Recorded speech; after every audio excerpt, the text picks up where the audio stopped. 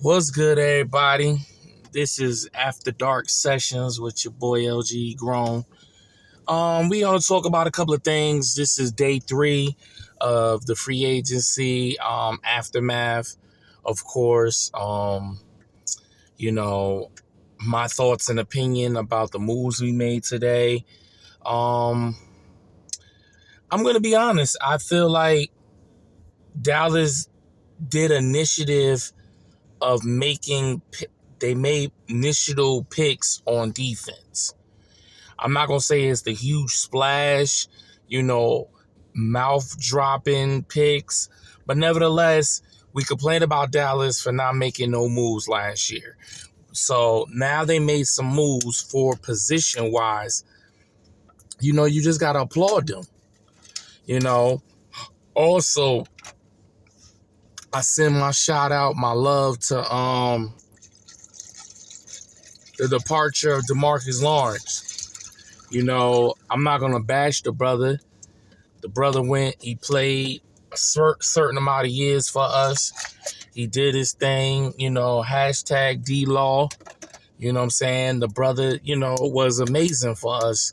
But age catches up with you, and certain organization is not willing to pay that type of money when the entire season you was ineligible for us. You couldn't play for us. So not to mention we instructed your contract and you got more money. But now we looking for the bigger picture down the road. Could we take another hit if he get injured again? That's the mindset that we gotta look at in this situation. Could we take another hit? I don't think Dallas could survive if we took another hit, if he get hurt. So they had to do what they had to do. They said, listen, we appreciate you, everything you did for us, but we just can't re-up your contract. Now, he probably came to me like, listen, this over there is gonna give me this amount of money. I'm just saying though. Like, I feel like he came to us and told us how much this other team was going to pay him. And, at that moment we said, listen, respectfully, got to get yours. Go get your bread. We ain't knocking you. We respect you. We ain't knocking you. But we going in a different angle. And the angle that we going right now is that we done got a couple of pieces today.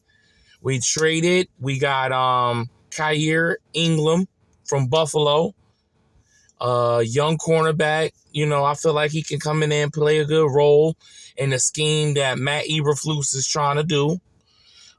We also picked up a trade from the Tennessee Titans. We got Kenneth Murray Jr. Feel like he was definitely a former first. I feel like this year we're doing a lot of former first round picks. All the players that were signed as former first round picks, and like they ain't really show good at the team they was at. So they figuring like, listen, if you do good, then we can pay you up to the amount which you want to get paid. But, we got to start from here, and then let's see what you do that 1 year, and then we'll move forward. That's how I feel is like how they did. So we picked up Kaiir Elam, we picked up Kenneth Murray Jr., and we picked up Jack Sandolph. I can't pronounce your last name. Don't cut my head off. But he's from the former Chicago Bears. He's linking up with the defensive coordinator again. I feel like he's a solid player. He does get to the ball. He makes good tackles. So like we're making moves in this off season. It ain't, like I said, it ain't the big splash. But when you're doing a team like Dallas, you just can't sit around and not sign people. Even if you don't think it's the big quality names, you still signing people. I feel like the way they attack this offseason is that in the draft, they're going to attack offense. Like they're gonna draft a lineman. They're gonna get a running back. They're gonna get a receiver if we don't sign a receiver. I feel like everything is lining up for the offense. Like, okay, we're making these moves for defense. In the draft, we can go for offense. And I'm not mad if that's the direction you're doing. I feel like the first and second round gotta be a home run. If you don't get Jenkins, okay. You either gotta get a good receiver or a lineman or a defensive end or tackle. I don't even think you can get a tackle. Let's get the tackle. Let me forget that. Like a defensive end. You know, for the first round. Second round, gotta get a running back. You gotta get a running back. There's so many good running backs in this draft. I cannot stress to you, if we don't get a running back in the first round, we could definitely get one in the second. We can get one in the third, honestly. But I feel like because we didn't re-sign Rico went to the Carolina Panthers. You know, I wish him the best. You know, you did your thing. You know, promising young boy. I hope you do your thing in Carolina. I don't know why Carolina signed another running back when you had you got Brooks still over there. You got Miles Sanders. You got a bunch of running backs. So, like, that's crazy to me, honestly. That's just crazy to me. But I'm not the GM, so I can't sit here and be like, that's what they doing. Like, this is just me. And I just want y'all to understand that this what it is when it comes to football. You know, we lost Jordan Lewis. We lost DeMarcus Lawrence. We lost Rico. We lost Idoka. We lost Golston. This is the part of the season. Do I think we lost big significant players? No. Not like how the defending champs Philadelphia lost damn near their defensive pieces. When you talk about 49ers, they lost like their defensive core. Like, I don't feel like we're in a bad situation. You know what I'm saying? It ain't a great situation. I mean, it's not a dramatic situation, if I could put it in perspective. You know, we still, you know, when you gotta put your head up, you know what I'm saying? This is what you move forward. We picked up a guard. We got Robert Jones from Miami Dolphins. We are making moves this offseason. Solomon Thomas from the Jets. I like that move. Peyton Turner from the Saints. So if anybody, you know, if I had to grade Dallas so far, I could give them a B. It ain't going to be an A, you know. What will put an A for this offseason if they get Cooper Kupp? That right there, to me, if you can land Cooper Kupp this offseason, because he just got released from the Rams. Now everybody want to know where he going to go. If you can somehow sign Cooper Kupp here to be that number 2 receiver, then I say you got an A this all season. You definitely did all the pieces you need. Now you just focus, get a draft a running back or a lineman. And we good. So we shall see for the next the day 4, who's gonna sign what, and if we're gonna sign some more today. I'm excited. Dallas fans, you should be excited too, because we was in this situation last year and we was like, Dallas never make moves. They never sign nobody. We was putting on we were looking so depressed it wasn't funny. Like, everybody making moves in all season. We seen all these running backs was going there. And we were just sitting there like, oh, then next thing you know, a couple of days before the draft, we signed Ezekiel Elliott. Oh my God, we signed Zeke.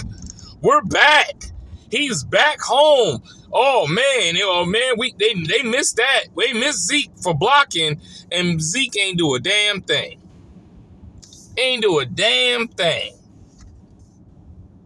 But Powell coming in late, thinking that that's this. He was thinking he the old Zeke that we just drafted from Ohio State, and he thought like he still had them perks and stuff. Nah, brother.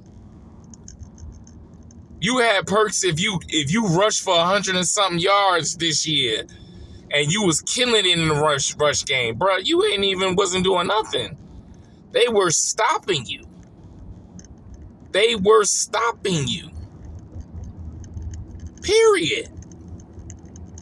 And he thought him getting released from Dallas, he was going to try to get on one of these playoff teams. And the team he get on, they ain't even do nothing. They lost like first round. Bruh. Okay. I'm so happy that this head coach is actually getting players from the outside, bringing them to the team. You know, just I'm happy he's doing these type of moves, and it's not feeling like, oh, he acting like Mike McCarthy. I can't say that yet, just because of what he's doing. You know, of course, he had to get his coaching staff and everything, but so far, because this is the opportunity of his first time being a head coach, I see him moving different. Now, I'm not going to get too gassed for him yet, because he still got to show me something. But in this new regime that I'm seeing Dallas, I'm liking the baby steps that he's doing. That's the best way I could sum it up. I'm liking the baby steps he's doing. I am. I really am. And it's not often that a person can impress me in this culture. Like, it's very hard to impress me, especially when it comes to Dallas, because boy, like at this point, between everybody hating on us, like you as a Dallas fan gotta have tough skin. Cause if you don't got that tough skin when they talking about your team, you are going to not make it at all. You're not gonna make it, because you're gonna want to fight every person that talks about your squad, and it ain't worth it. So you literally gotta have tough skin. You know what I'm saying? So when they be like, oh man, your team ain't do nothing today, man, they ain't do a damn thing. I agree with you. Like, you gotta turn that negative and just flip it on them. Like, man, they ain't move the ball, they ain't do nothing, man. I don't know what's going on. You know what I'm saying? Because at the end of the day, you have to look in the mirror. You gotta look at it as a reality. What are you doing to make this team better? So far I like it, and we gonna see what else they do. Do I feel like Dallas is done? I don't think so. I think they still they might make a surprise. They might surprise us. And it's hard for me to say that. They might surprise us. I'm going to see what they do to surprise us. I feel like they're going to surprise us. And that's not no shade to nobody, but I feel like they're going to surprise us. Point blank. Bottom line.